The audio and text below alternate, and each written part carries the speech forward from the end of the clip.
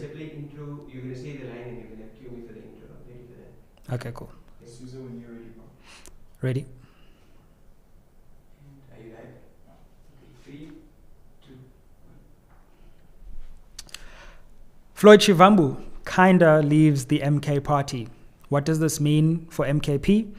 What does it mean for Shivambu? And what are the broader implications for South African politics? Welcome to this live episode. Let's find out.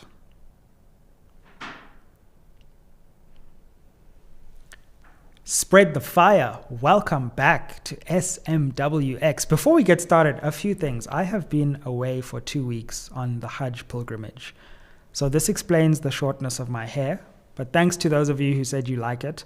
And secondly, this is why I have not yet weighed in on Floyd Shivambu leaving the MK party. Some of y'all on social media were like, where is Sizwe? Where? Well, I was on a spiritual pilgrimage, actually.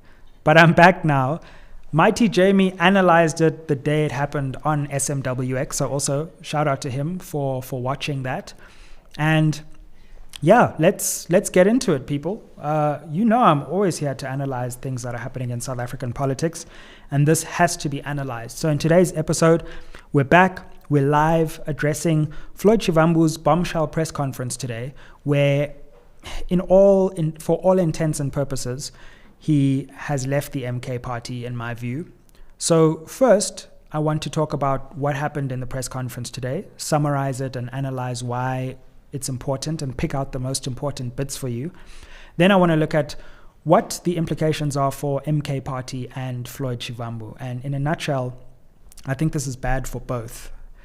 And then finally, look at some of the broader political implications, EFF, ANC, and GNU situations in light of this fragmentation that is happening in opposition politics in South Africa.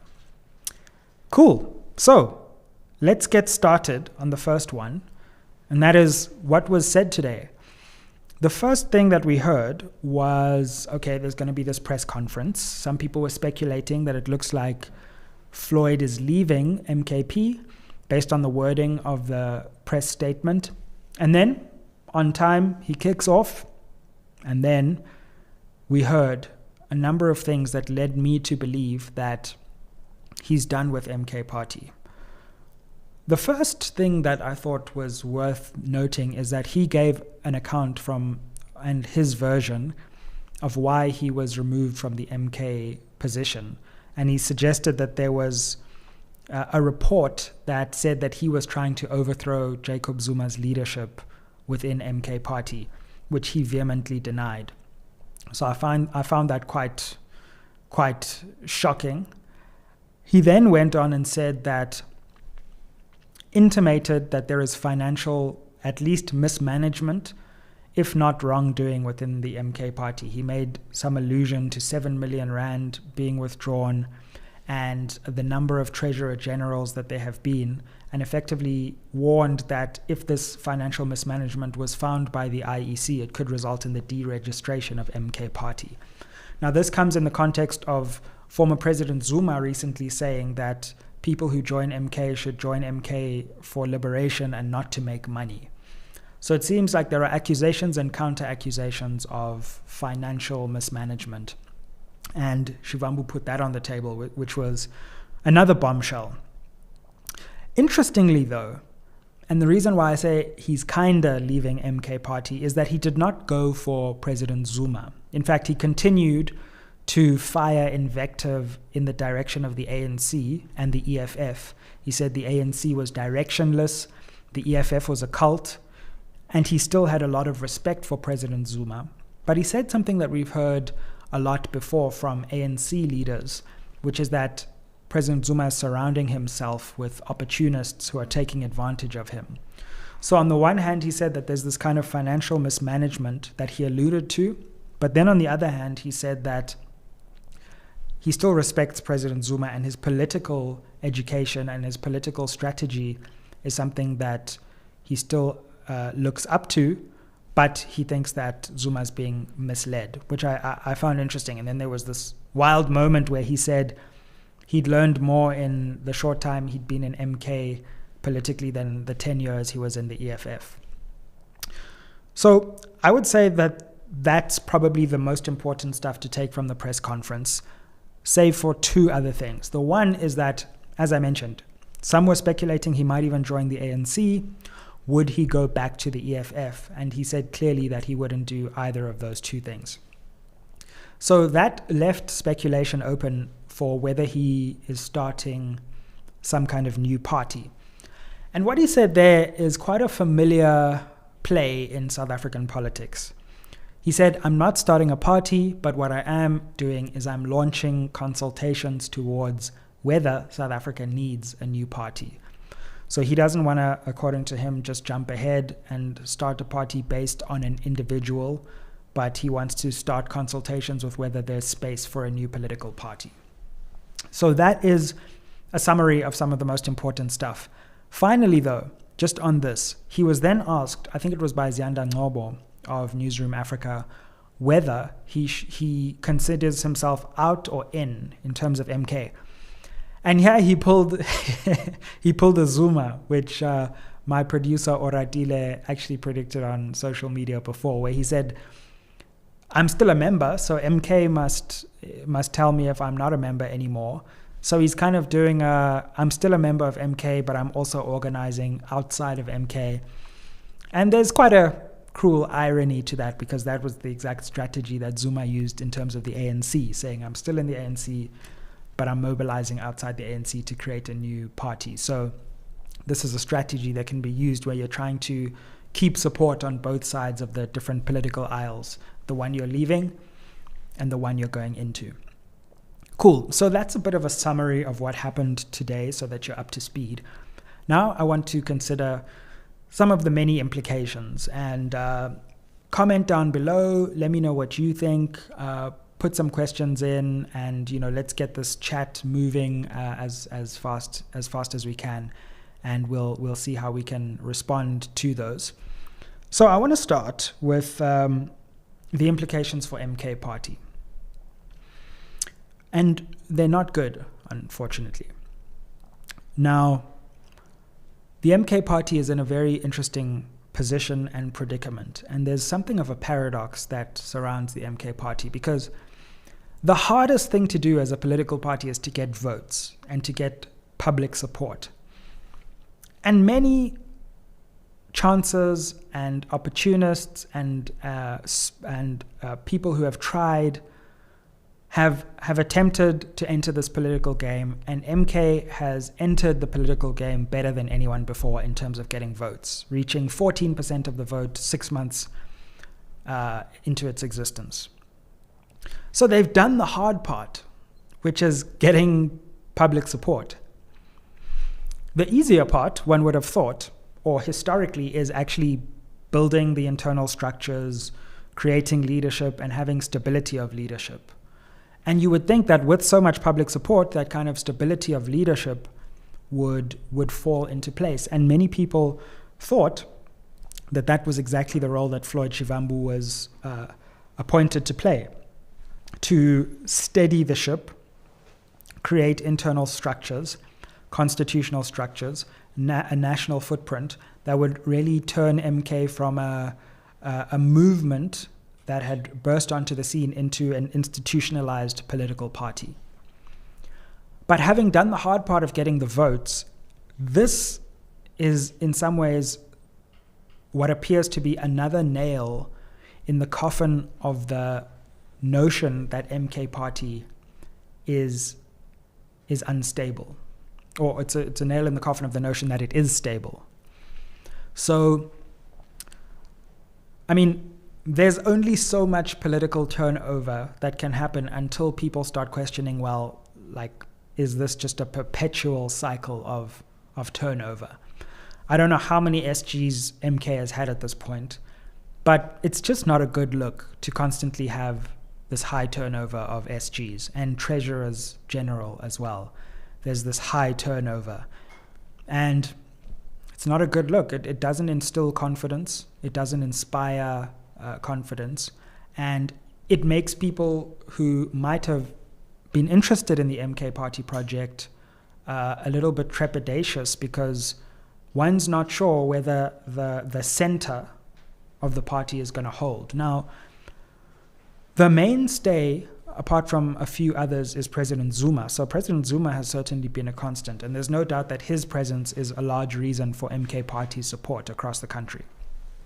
But in terms of the leadership core around President Zuma, which is of course important for any political party because you can't just have one central leader, MK is not in a good position right now. And the thing for MK is that, yes, they will have hardcore supporters in their strongholds, where they did very well in KZN, in Mpumalanga, in pockets of Gauteng.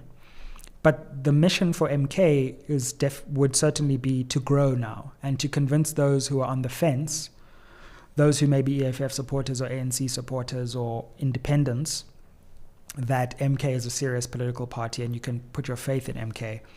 And with this constant turnover, they put that at risk.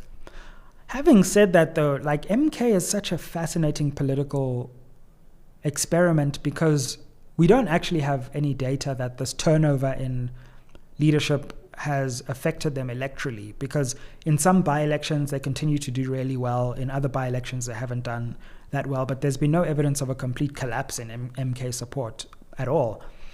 And so we may have this interesting situation in which MK is just a very unstable entity, but which still has at least a serious amount of public support. And it'll always be that question, as I've said on many videos on this channel, of what collapses first, MK's internal dynamics or the political parties around MK, and it's kind of a race to see whether MK can be stable or whether it will lose public support. But I wouldn't be too quick to suggest that public support is going to completely collapse for MK, because we don't have any evidence of that yet. But what I will say is it's not a good look for MK. What I'd also like to say, to look at this from the perspective of Floyd Shivambu now, is, I mean, this is not a good look for him either. So I think what this has done is, just as Shivambu's joining of MK was great in many ways for both of them, because it kind of elevated Shivambu's national footprint, and then it also signaled that MK was growing and it was eating into the base of the EFF and all of that, and was able to poach from big parties. So it was good for both of them. This breakup is bad for both of them because it damages the MK. Those who would have been Floyd Shivambu supporters and followed him to the MK won't like this, but it's also bad for Shivambu in a way, I think, because he risked a lot. We have to appreciate this. He risked a lot leaving the EFF, where he had a comfortable deputy president position, and as far as I can see wasn't going anywhere, or at least he had respect and support within the EFF. Risked leaving the EFF, obviously alienating the EFF, and we see now how bitter many people on both sides of that breakup are about the way that it happened. And then only to now be kicked out of the SG position at MK. So it feels like he's in a moment where he needs to do some reflection and soul searching and thinking about the strategy for the future. Look, politics is an interesting game, and when you count people out like former President Zuma too early, there's always a way to come back, but there's also a danger that your brand gets diluted the more times you move from one place to another place, because you only really have one big move in you. The second move has less impact, and the third much less as well. So look, I continue to think that Floyd Shivambu has interesting strategic and political insights and experience, but for him it'll be a question of sitting back and thinking, you know, in moments like this in life, there's no need to rush. And sometimes it's better to just build yourself before throwing yourself back into the political mix. I'm not so convinced about this national consultation strategy. And the reason is that it feels like in South Africa, no one can just make a decision. Like, we always have to have a dialogue and a consultation and is it happening? Is it not happening? And I think that's partly why the MK appealed to people, because Zuma just came in and he said, we're starting a party. This is the party. These are the goals. You can agree, you can disagree, but we're moving forward and no more time to play kind of thing. Whereas the option of we're going to start a consultation and see where things go kind of feels anticlimactic. I think you either announce, I'm starting a new party and this is where I'm going, or you say, you know what, I'm taking a step back from the political scene for a while. I'm going to think, I'm going to reflect, I'm going to do my academic thing, I'm going to, do various other things and come back stronger, having thought. But this kind of middle ground of I'm neither in nor out, nor in a new place, nor in an old place, for me is a dangerous strategy. Also because we must consider the fatigue South Africans feel over new political formations. I mean, it's getting to absurd levels now where like there are breakaways of breakaways of breakaways. And the South African voter has on many occasions expressed that we feel like there are more and more parties, but fewer and fewer options. There's also the question of the fragmentation of black political parties or political parties that propose to center the liberation of black South Africans. So you've got the EFF now, you've got MK, you've got ATM, you've got, some of them have joined the GNU as well, which causes further confusion. And then you could potentially have yet another splinter, all while there's this message of unity that's being sent. And ultimately, unity is something that is practiced and not preached.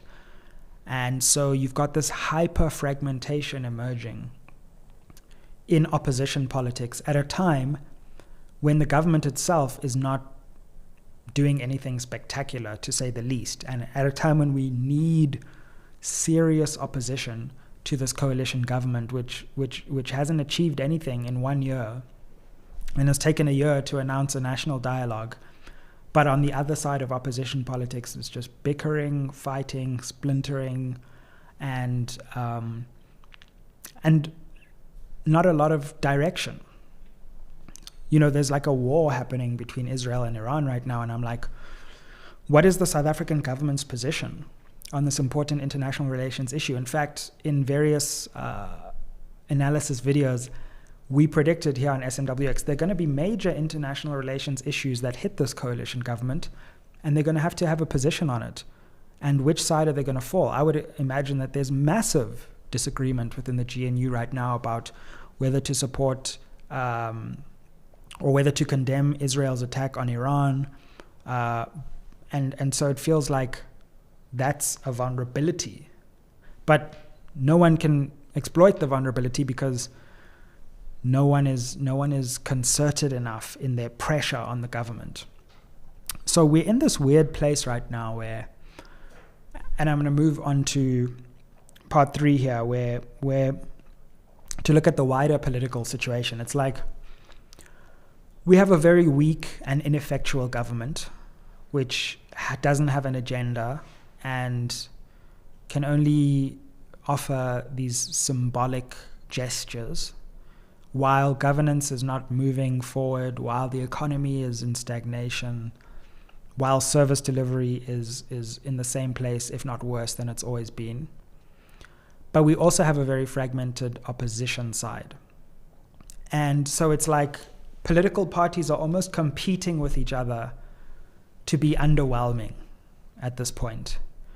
And that's just a worrying place to be for such a country of such brilliant, talented people. No one has really been able to, in all these political parties, capture the imagination of the South African voter, be consistent, and inspire confidence internally and in terms of policy. So, I mean, where do we, let's look at the EFF, for example. I mean, last year was a very tough year for the EFF, and the Floyd Shivambu departure really struck a blow to the EFF. Its perception of unity, and there were personal relationships that were really upended by Floyd Shivambu's departure. You can now see a lot of celebration, and in many ways you feel as if the EFF kind of is saying, I told you so, which I suppose they have a right to do right now, you know. Julius Malema is on record many times as saying, like, be careful. And there's a brilliant moment in SMWX where Ugogo Aubrey Machikri actually predicted this, like, last year. The clip is doing the rounds on social media, but he says Floyd needs to watch out because the same things that may have resulted in him leaving the EFF could happen within MK Party. And so that's something to think about. EFF people will be celebrating, but for the EFF as well, the question is